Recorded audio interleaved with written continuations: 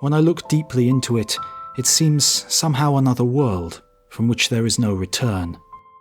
Not only for those whose bodies are buried, but perhaps for no one.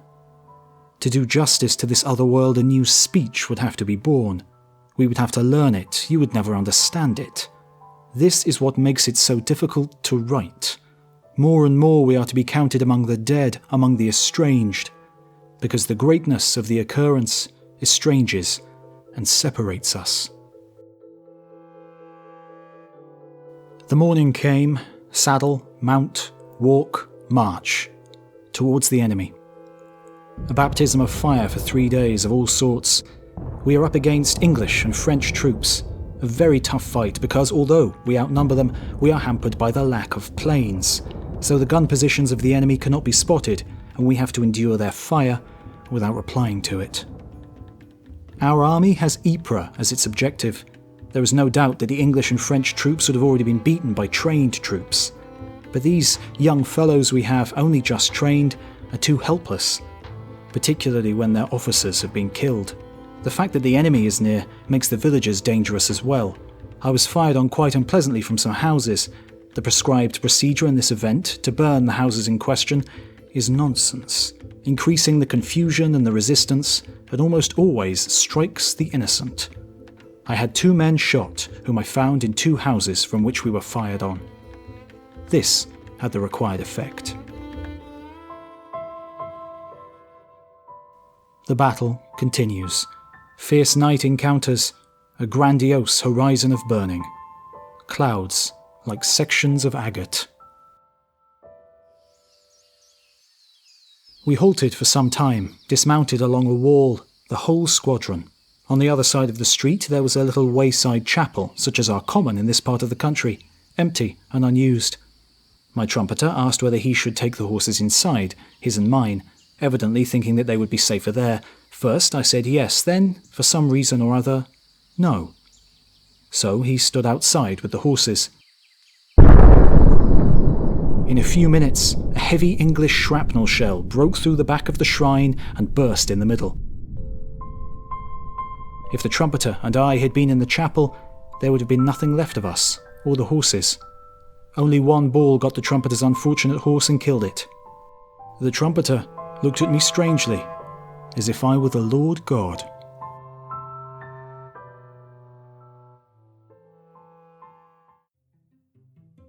This video is sponsored by the Great Courses Plus, the premier online learning service. Anything you need to know about, the Great Courses Plus has a university quality lecture on it. One great example that was very useful for this video was the long 19th century, European history from 1789 to 1917. A fascinating dive into the turbulent century that led up to the terrible conflict of the Great War. And it was as simple as searching for the thing I needed. Fascinating, university-level stuff, all at a very reasonable subscription for what is essentially a mountain of easily digestible knowledge. I can't recommend it highly enough. So, check them out at thegreatcoursesplus.com/voices to get a free trial and show your support for the channel too. I started with a free trial and never looked back. Thanks.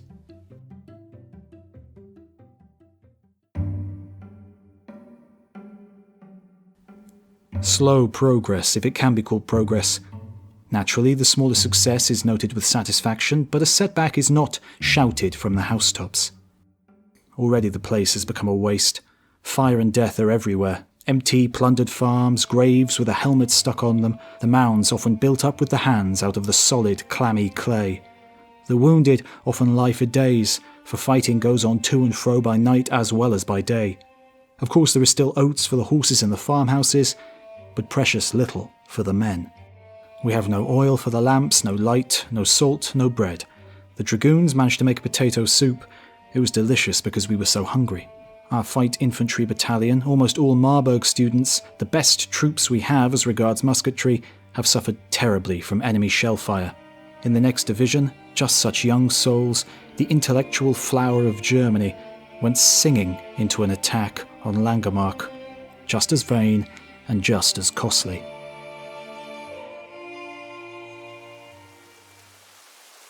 Everything on the front is rooted to the same spot. I don't call it a success when a trench, a few hundred prisoners are taken. They've always cost more blood than they are worth. The war has got stuck into a gigantic siege on both sides. The whole front is one endless fortified trench. Neither side has the force to make a decisive push. Behind us, the peasants wander slowly back to their farms so far as they are still standing, but there is no return to Passchendaele. The ruin here is indescribable. The houses are torn from top to bottom. They overhang, they are still falling in. The paving of the streets is in the houses. The roads are pitted with the craters of burst shells. Roofs lie in the street. Cobblestones lie in the bed with the window sashes they brought in with them. A lake of beer has flowed from the broken vats of the brewery into the cellars. One can see it through a sieve of arches. Not a pillar in the church is unbroken. I saw the tower fall in one piece across the marketplace. A great bloated cloud of yellow dust arose from the marketplace as if the dust itself bore a banner. In our living room was a dead horse with half its entrails trailing over the yellow silk chairs and cushions. I cannot guess how it got there. Everyone is getting ready for a winter campaign. As far as I can judge, there is no possibility of an early finish. The problems of the end are too great for that. Even though the situation is favourable on the whole, as it seems, one gets fed up with the length of the operations. The troops are getting naturally more undisciplined than they were after their training. The senselessness and greed of the people around the transport and field kitchens, which are more attractive than the places where there is shooting, is already perfectly disgusting. Unfortunately, everyone does not seem to be possessed of patience. The corps and army commanders see that the others in other parts have obtained tangible successes, so they thirst for laurels too. It is a human weakness, but they think it is a virtue not to lag behind the others, and do not realize that this virtue must be paid for in blood. Cold storms, snowflakes that make the horses shake their heads with annoyance, warn us that we must get ready for cold weather. Today, for the first time, it is quieter on the front. The trenches filled with icy water do not encourage one to reinforce the slender garrisons with which both friend and foe are holding the fire. Both parties are in the same situation. The business may last for a long time.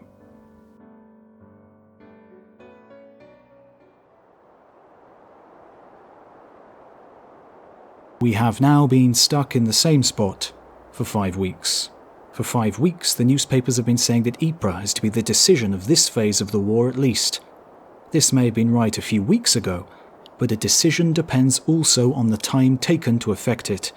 Now this part of the front is losing the character of a decisive sector. What we have gained in ground, and the enemy's losses, however great, can only be called a success by a man who does not see both sides. For, apart from the fact that our losses have probably balanced those of the enemy, no one can possibly estimate at present what this breathing space of 5 weeks may mean for France and England. We may be stuck, for good and all. Now the losses are often the fault of the men. Our men do not trouble their heads over the fact that only picked snipers are firing from the enemy lines.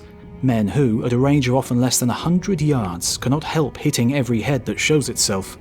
It is not contempt of death that makes them expose themselves to certain death.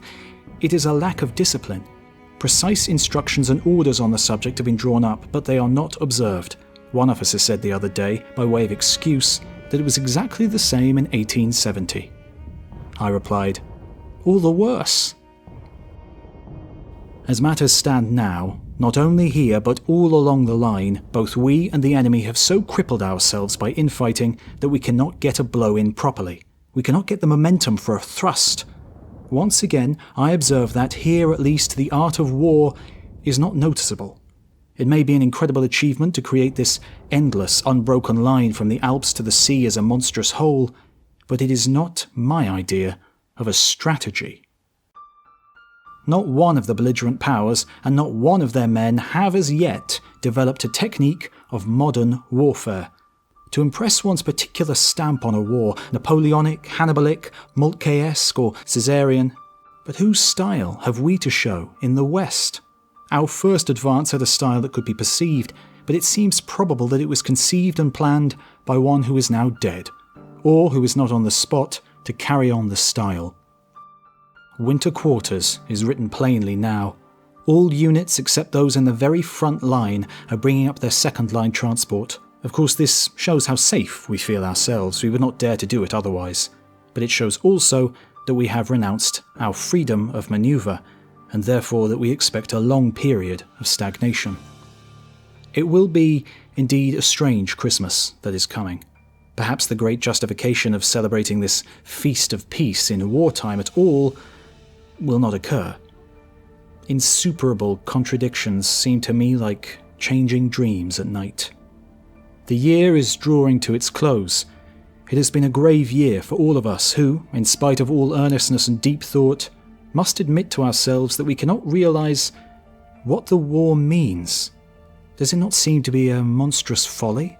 That mankind with drawn sword is weltering in a massacre before which it will someday stand aghast, like Ajax among the slaughtered sheep?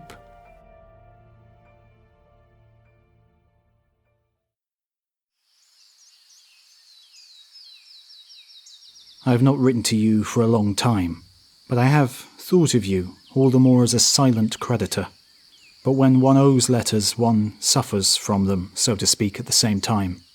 So it is with the war. Feeling deeply about it, one becomes less able to talk about it every day.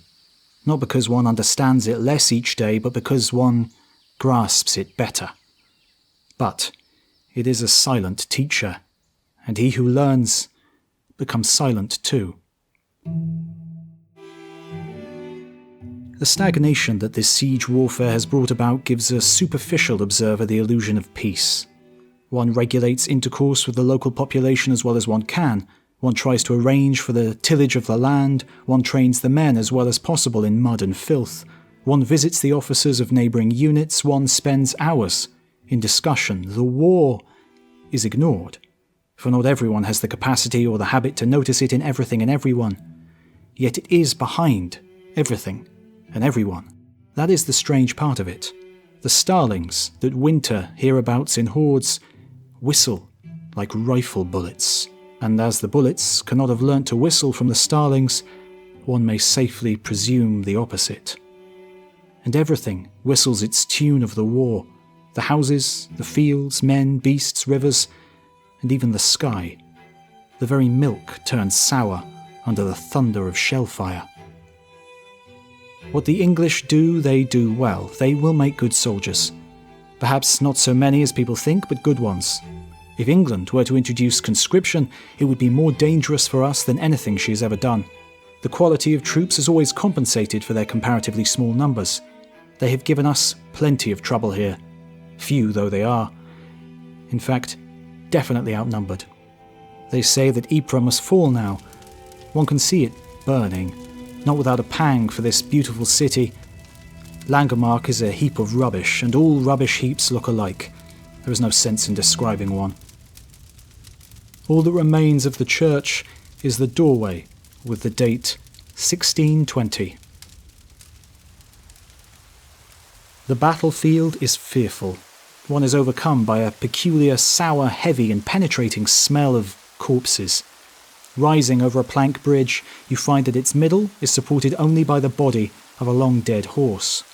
Men that were killed last October lie half in swamp and half in the yellow sprouting beet fields.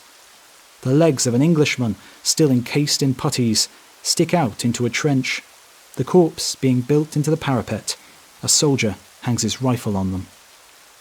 A little brook runs through the trench, and everyone uses the water for drinking and washing. It's the only water they have. Nobody minds the pale Englishman who is rotting away a few steps further up. In Langemarck Cemetery, a hecatomb had been piled up, for the dead must have lain above ground level. German shells falling into it started a horrible resurrection. At one point, I saw 22 dead horses, still harnessed, accompanied by a few dead drivers. Cattle and pigs lie about, half rotten. Broken trees, drives razed to the ground, crater upon crater in the roads and in the fields. Such is a 6-month-old battlefield.